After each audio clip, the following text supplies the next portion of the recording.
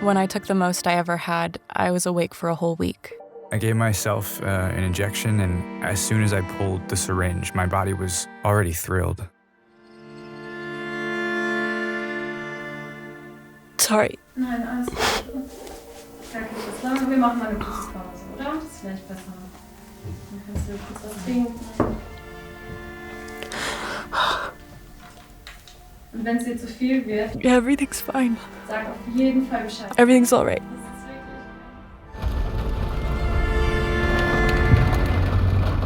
I was 14 when meth came into the picture. I just know that she started at 13, so really, really early. Crystal meth is one of the world's most dangerous drugs. It's cheap to produce, extremely addictive, and has serious health consequences. Few other drugs have such a reputation for ruining lives. Historically, meth use in Europe has been relatively low compared to the US and Asia. European meth used to be concentrated in Czechia, where usage is still highest in Europe. But in recent years, consumption across Europe has risen. Some areas, such as Eastern Germany, are particularly affected. 5 of Europe's 15 highest meth use cities are located there. Ich vermute, es ist wie generell im Osten von Deutschland einfach so die meistverbreitetste, härteste Droge. How did this happen? Why here in particular? And who is profiting from all of this? We traveled to Eastern Germany and spoke with experts and former users. These conversations were originally conducted in German. For this video, we have provided dubbing and subtitles. At the same time, we try to understand where this drug comes from, what other areas of Europe are experiencing an increase, and what insidious global structures are behind the crystal meth trade.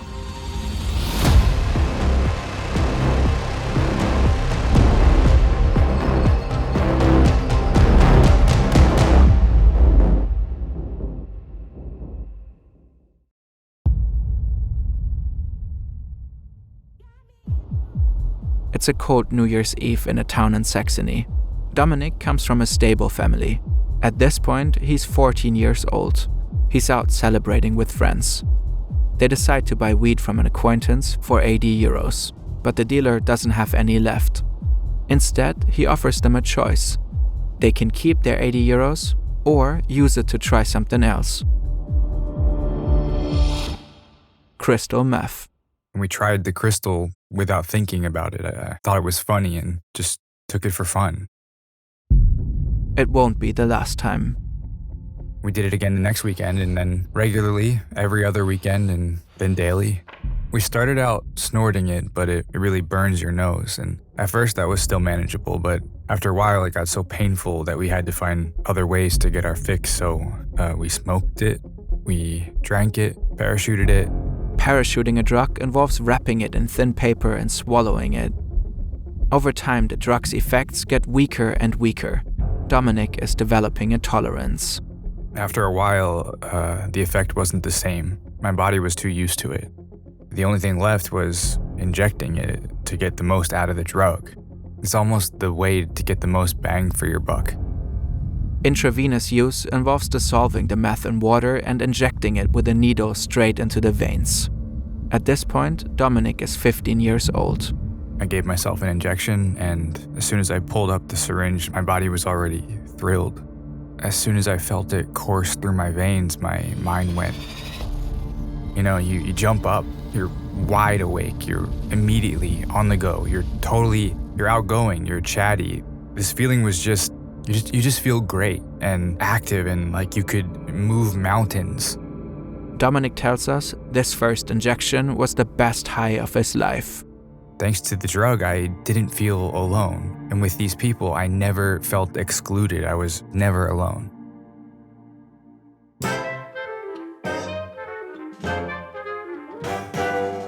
It's 1938. The pharmaceutical company Temmler introduces the drug Pervitin to the German market, available without a prescription. It contains a novel substance, methamphetamine, the active ingredient of crystal meth. Pervitin is marketed as a stimulant, a wake-up pill. It quickly becomes a bestseller in Germany. Was möchten Sie in den Kaffee? Milchzucker? Nur 2 Pervitin, das wird heute ein anstrengender Tag. A candy company even launches chocolates that contain pervitin. They're said to help with so-called housewife depression. 3 to 9 chocolates a day are said to do the trick. 9 chocolates contain about the same amount of methamphetamine as is needed for an average meth high. It's not long until the Nazis start using pervitin. By the 1939 invasion of Poland, they'd already used it millions of times. It's a miracle drug for the Blitzkrieg. Fear, hunger, fatigue all fade away on meth. Soldiers are more aggressive in combat. But soon, the drug's side effects become impossible to ignore. Auf Pervitin gingen deutsche Soldaten über ihre Grenzen, bis sie einfach zusammenbrachen. Die Wirkung reichte nicht mehr aus und sie erfroren im Schlaf. Sie verloren ihren Instinkt für Gefahr, vor allem auch durch Unterkühlung. In 1941, pervitin becomes prescription only. Still, it remains widely accessible. After the Second World War, doctors in both East and West Germany continued to prescribe it as a stimulant and pick-me-up. Athletes use it for performance enhancement. In the 1970s, the UN classifies methamphetamine as a Schedule II drug, which outlaws its unauthorized production and sale. Its usage declines throughout Europe. In Germany, pervitin remains on the market until 1988, when medical use of meth becomes illegal. Nowadays, the street name for illegally cooked meth is often still pervitin. Soon, a black market emerges. Small meth labs start producing crystal meth themselves, mostly in the US and Eastern Europe. And by the 1990s, illegally cooked meth finds its way from Eastern Europe to the rest of the continent. Every addiction has an origin story. Ashley's starts at age 20. I was having some financial difficulties at the time, and I have a daughter. I had her father take care of her until I could sort out my money problems, but I haven't gotten her back since. That was a turning point for me, when I said to myself, I need to get on a different track. Ashley also wishes to remain anonymous, so we've changed her name. She first comes into contact with meth through her sister. My sister's been using it basically her whole life, and at one point she took me along with her. She started at about 13, so really, really early. At first, it wasn't that much. I'd say I did a line every couple of days, maybe every other day. And it works. Well, sort of. Meth distracts her, takes her mind off things. For one thing, it keeps you wide awake. One time I was taking it and I didn't sleep for a whole week. And it still made me feel even more energetic. It was mostly that I just didn't feel anything anymore.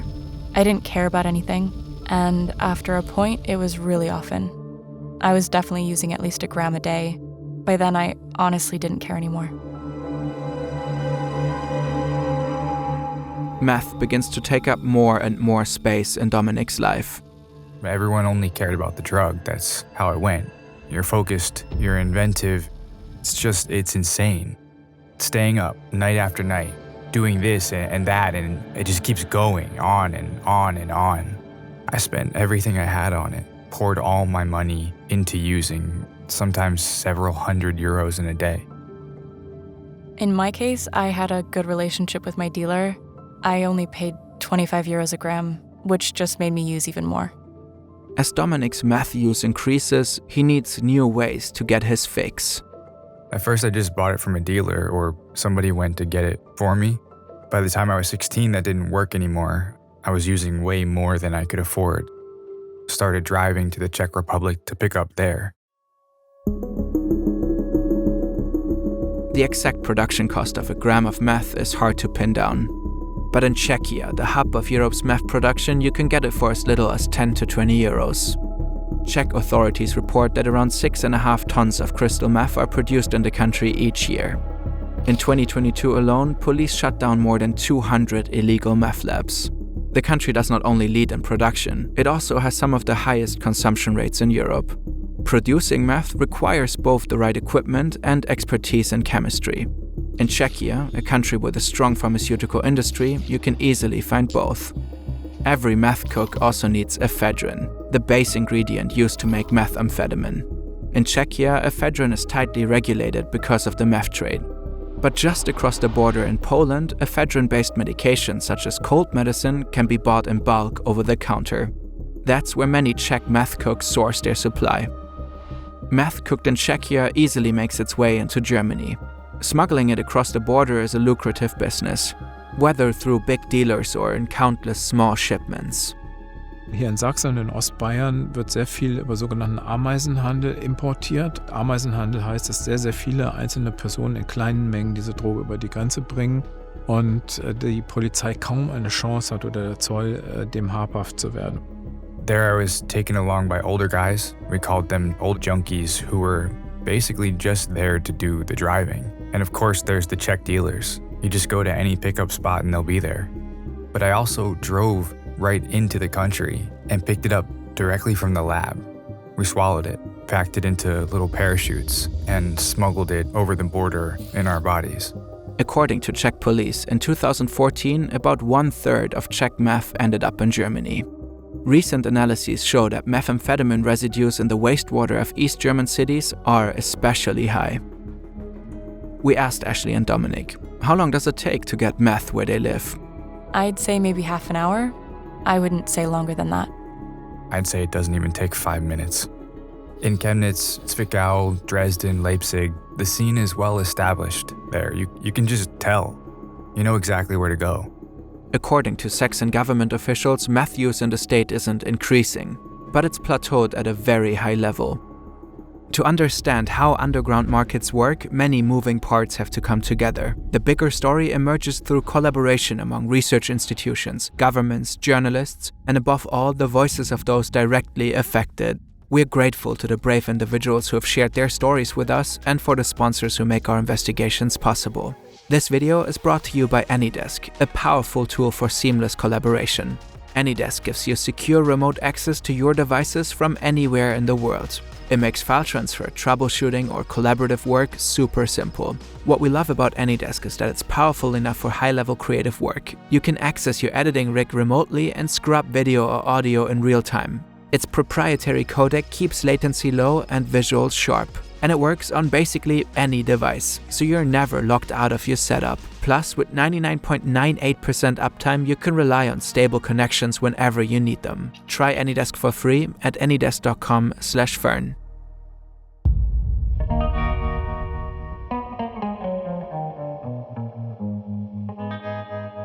It's 2014. By now, Dominic is a legal adult. He's been using meth regularly for several years. No job, no university. He's no longer following conventional life paths. He's firmly in the grip of addiction. And it costs him several thousand euros per month. That level of consumption needs to be financed somehow.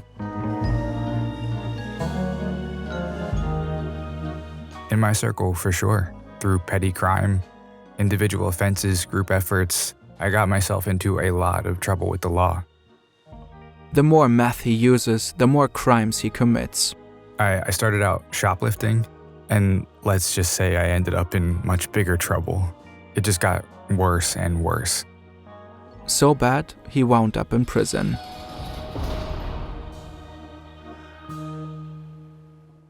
Muss ich immer so um die Ecke gucken. Ja, genau. Durch die Blume. This is Dr. Stefan Mühlig. He's a professor of clinical psychology, an addiction researcher, and works with meth users. Ja, wie sich das anfühlt, das kann ich Ihnen jetzt nur beschreiben aus den Berichten meiner Patienten. He explains to us why methamphetamine is so addictive. Es ist so, dass vor allem bei dem allerersten Konsum hier ein erheblicher sogenannter Kick entsteht, also ein explosionsartiger Rauschzustand. Methamphetamine floods the brain with dopamine, the chemical that regulates lust, motivation, and your brain's reward system. It's often nicknamed the feel-good hormone. On average, an orgasm triggers an 80% increase in dopamine release. Im Vergleich dazu steigt die Dopaminausschüttung bei einem Kokainkonsum, wenn man ihn nasal betreibt, zum Beispiel um 200 bis 400%. Bei Crystal Meth aber um 1400%. In other words, a single hit of meth can release 17 times more of the pleasure hormone than an orgasm. Da kann man sich ungefähr die Dimension vorstellen, wie stark dieser Kick ist und wie unvergesslich ein solcher Zustand ist, schon beim allerersten Konsum. Dann sehnt die Person sich dann immer wieder nach diesem ursprünglichen Zustand zurück oder nach diesem sehr starken positiven Rauschzustand. The first time someone tries meth is enough to lay the foundation for addiction. How quickly that risk turns into full-blown addiction depends on how the drug is consumed. In simple terms, the faster meth reaches the brain, the higher the risk of addiction. Swallowing it takes about 20 minutes for the effects to kick in. Smoking it takes only 5 to 7 seconds. The same goes for injection. Once the high wears off, what follows is a brutal crash. Der Entzugszustand ist sozusagen das Spiegelbildliche dessen, was man im Rauschzustand erlebt. Also man ist langsam, schlapp, ausgepumpt, energielos, down, depressiv. Dominic and Ashley each find their own way to endure withdrawal symptoms. I slept for a week, only waking up a few times to drink something. What I remember is constantly breaking into sweats and having heart and circulation problems from not hydrating enough. I can only say from my own experience that you just get very tired or you sleep a lot. During that time, I was also severely underweight. Sometimes I didn't eat at all, only when I'd come down a bit. Die körperliche Abhängigkeit, die ebenfalls entstehen kann, ist dann, dass der Körper sich an diese externe Zufuhr von der Droge gewöhnt und ohne gar nicht mehr funktionieren kann. Withdrawal can feel so miserable that it seems only one thing can help: getting high again. A vicious cycle. Regular long-term use of methamphetamine can lead to serious health problems, including depression, heart attacks, and epilepsy. Bei Christy ist es eher so, dass es zu kognitiven Beeinträchtigungen auf Dauer kommt, also Konzentrations-, Aufmerksamkeitsproblemen, Gedächtnisproblemen. Vor allem die Aufmerksamkeitsspanne ist stark eingeschränkt im Dauergebrauch, also nach Dauergebrauch. The body deteriorates, poor skin, severe weight loss, bad teeth. Over time, meth damages organs and causes brain damage. Das ist auch noch ganz, ganz wichtig zu wissen. Diese Stimulantien, Methamphetamin, aber auch Amphetamin und Kokain können auf Dauer psychotisch machen. Und die Psychosen sind sozusagen die schlimmsten psychischen Störungen. Das sind die mit Wahn, Halluzinationen zu tun haben. Here's a map of all the meth labs that were shut down in Europe between 2018 and 2020. It's clear here that Czechia is a major stronghold in Europe. In Germany, Bavaria and the East are most affected. But further west, you can see that the Netherlands, Belgium, Norway, and Sweden are also established meth hotspots. Large amounts of crystal meth in the EU now come from the Netherlands or Mexico. It's believed that Mexican drug cartels drive a lot of this traffic, using their expertise to cook meth in Dutch and Belgian labs, while precursor chemicals are smuggled into Europe from China. By now, the drug is firmly entrenched throughout Europe, and it shows no signs of disappearing anytime soon. Traffickers exploit international trade routes, airplanes, cargo ships, trucks. If one route gets shut down, another opens up. Occasionally, authorities report successes against drug traffickers, but the larger battle is widely considered unwinnable. Between 2010 and 2020, the quantity of confiscated methamphetamine increased nearly sixfold in the EU. One researcher in the European Union Drugs Agency warns that currently there are indications of increased methamphetamine use all throughout Europe. Wastewater analysis confirms an increase of consumption in many European countries.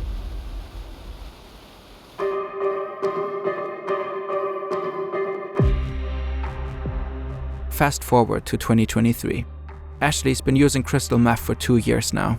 She's been homeless at times and has given up custody of her daughter. She's lost contact with family and former friends. Today, she's using meth again. But this time, something's different. She feels unwell and realizes she can't properly talk.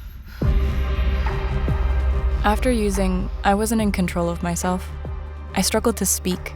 I knew what I wanted to say, but I couldn't get the words out. Instead, I just sat there, staring into nothing. She calls an ambulance. Shortly after, she's admitted into a psychiatric hospital. That, in and of itself, was a reason to quit. But then I found out I was pregnant, and that was the real reason. Ja, alles gut. Wenn du eine Pause brauchst, ist auch gar kein Problem. Sorry. Nein, alles gut. Gar kein Stress. Wir machen mal eine kurze Pause, oder? Das ist vielleicht besser. Dann kannst du kurz was trinken.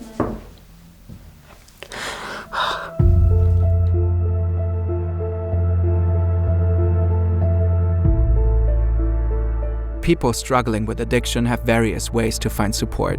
Often the first points of contact are community outreach volunteers or social workers. They help users with everyday struggles like finding a place to live. But just as importantly, they support young people in taking the difficult steps out of addiction. By 2021, Dominic reached a breaking point. I noticed suicidal behavior in myself, deliberately giving myself overdoses. Other problems added to it as well. Physically, I could feel it. Either I kept going with the drugs and I would probably die soon, or I changed something, and I wanted to change. He decides to start addiction therapy.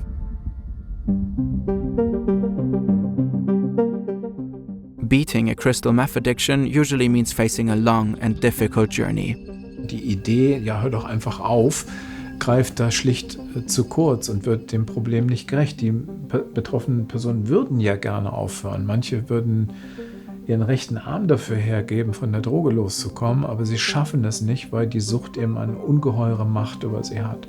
The first step is withdrawal. It takes about 4 to 6 weeks for the body to overcome a physical dependence. Afterwards, therapy can begin. We travel to a rehab center close to the Czech border to understand how it all works. This is Uwe Wicher. He runs the clinic. Wir sind eine Fachklinik zur Rehabilitation von Abhängigkeitserkrankungen und haben uns auf Menschen spezialisiert, die von illegalen Drogen oder Cannabis abhängig sind. Wenn jemand zu uns kommt und Therapie macht, ist die Regelbehandlungsdauer 6 Monate. Wer im Haus konsumiert oder Drogen ins Haus bringt, für den ist die Therapie von unserer Seite aus beendet. Addiction therapy in Wicher's clinic takes place in 3 successive phases: an orientation phase, an intensive phase, and a reintegration phase. After physical detox, the therapy focuses on building awareness of the patterns that led someone to use the drug. Patients work on strategies to cope with difficult emotions and triggers. At the same time, they are prepared for life after rehab. It's not only about getting clean, but also about staying clean. For starters, this means leaving your old life behind. Um dort wirklich von der Droge wegzukommen, musst du dieses Umfeld verlassen. So, und die Frage, die man sich auch stellen muss, sind denn das wirklich Freunde, die man dort hat? Oder besteht die Freundschaft? Oder ist die überhaupt erst dadurch entstanden, dass man gemeinsam konsumiert, vielleicht auch gemeinsam kriminelle Machenschaften an den Tag legt? It's also about developing a whole new perspective on life. Solche Perspektiven, die Sinn geben, denn Sinn ist wichtig, um auch abstinent sein zu wollen. And patients have to prepare for difficult phases ahead. Also in jeder Lebenslage, wo es ihm nicht gut geht oder man sich auch langweilt, kommt ganz automatisch dieses Bedürfnis, jetzt möchte ich eigentlich wieder drauf sein. Diese Erinnerung ist dann im Suchtgedächtnis verspeichert. Addiction memory can be treacherous. The danger of relapse lurks everywhere, even in places where you would least expect it.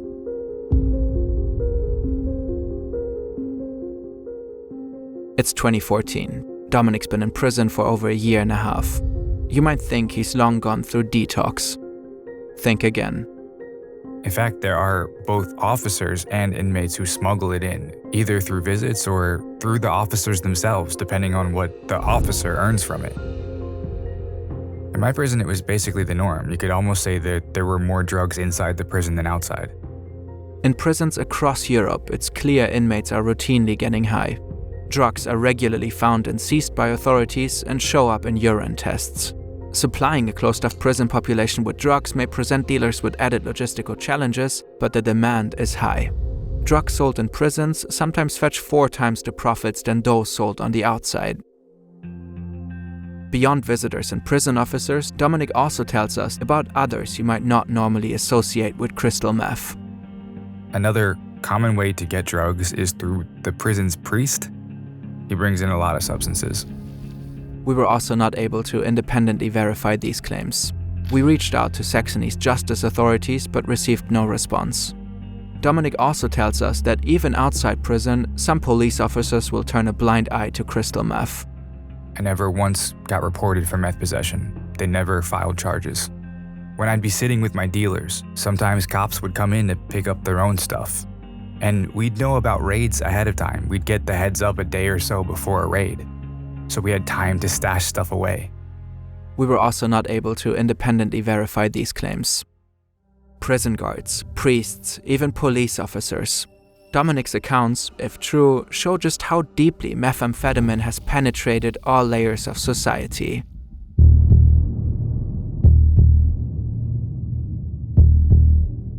Methamphetamine has a certain reputation. Da klebt so ein anderes Etikett dran. Ne? Da klebt eben dran, das ist die ostdeutsche Unterschichtsdroge. But the more experts we spoke with, the more complexity we found. Meth is used not only by marginalized communities impacted by poverty, but Europeans from all walks of life. Also wenn wir uns unsere Klienten und Patienten angucken, dann kommen die aus ganz unterschiedlichen gesellschaftlichen Gruppen und Verhältnissen. According to Dr. Mühlig, some use meth for neuroenhancement. They find that meth can boost performance at university or on the job. Wir haben hier auch durchaus Patienten aus höheren Statusgruppen wie Managern, Bankern, Investmentbankern, die ihre Quoten erfüllen müssen, auch Wissenschaftler manchmal dabei, also wirklich auch Abgeordnete. Ja, der Bauer wird oft genannt. They have to do a lot of repetitive tasks, like sitting for hours on a tractor plowing the fields. Da kann Crystal Meth natürlich helfen, Müdigkeit zu überwinden. Da gehören Schichtarbeiter, Lkw-Fahrer sicherlich auch dazu. Man möchte gar nicht dran denken, dass da welche auf Crystal Meth unterwegs sind. Then there's the classic party context where meth is used like ecstasy or cocaine. There's also a pretty sealed-off scene called chemsex. These are groups where people meet in closed circles for sex parties. Das ist eine Droge, die mehr als andere Drogen das Lustempfinden steigert, also sehr stark sexualisiert, die Hemmschwelle senkt, das Lustempfinden steigert. The strongly sexualizing effect of meth comes with a whole host of other problems, particularly for female users. Was in Sachsen uns sehr große Kopfschmerzen bereitet hat, nämlich dass auch überproportional viele ungewollte Schwangerschaften dann entstehen. It's not uncommon for female meth users to keep using while pregnant. This can lead to prenatal damage and neonatal impairments. The fetus can be severely harmed and born with limitations or sometimes serious disabilities. Of the 35,000 children born in Saxony in 2015, 160 to 180 were diagnosed with damage caused by the drug. And these are just the reported cases. The undiagnosed number may be even higher. Und das ist natürlich nochmal ein ganz schlimmer Folgeeffekt sozusagen der Verbreitung von Crystal. When Ashley finds out she's pregnant, it's a huge wake-up call. It changes everything.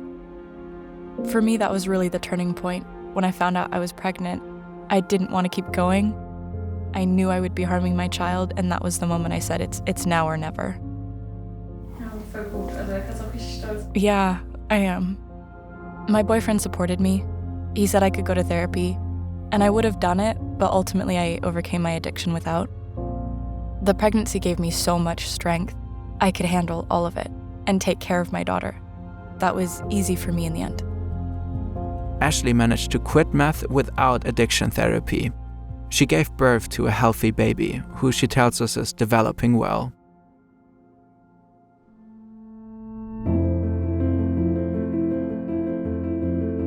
Both Dominic and Ashley have left meth behind and are leading lives free from the drug. Und wenn man mit den Patienten redet, ja, sagen fast alle, hätte ich es bloß gelassen. Also niemand steht dazu oder würde im Rückblick sagen, ich finde es gut, diesen Preis zu zahlen, das war angemessen, sondern der Preis ist viel zu hoch für das bisschen Vergnügen, was man für eine relativ kurze Zeitspanne eigentlich hatte nur. Keine Ahnung, würdest du jetzt, wo du das alles durchgemacht hast, würdest du nochmal anfangen mit Crystal? Never again. Never, ever again. Their stories show that the journey to recovery is absolutely worthwhile. I believe anyone can quit, but of course you have to find the will to do it within yourself. Also das Fazit ist, dass man vielleicht beharrlich sein muss, dass man mehrere Anläufe braucht, öfter, dass aber am Ende das jeder schaffen kann, auch wieder loszukommen. Mit professioneller Hilfe, mit Eigenmotivation. Aber irgendwann ist der Tag gekommen, wo man auch wieder ohne die Droge leben kann. Anyone struggling with methamphetamine addiction can seek support from friends and family, from community outreach workers, or through local addiction counseling services. Links to online resources can be found in the description. When I look back to the time I was using, my world was so gray. Since I stopped using, my world is full of color again. I enjoy life again. I can enjoy the small things, like when an old lady smiles at me. You can appreciate these things way more if you don't use.